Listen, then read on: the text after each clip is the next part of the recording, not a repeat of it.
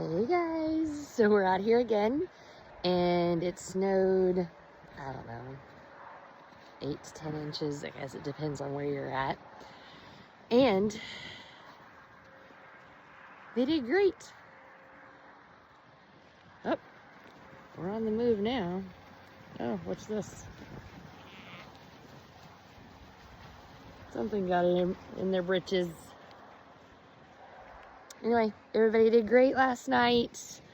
They did use the windbreak, because if you're looking at it here, everybody kind of hunkered down around it.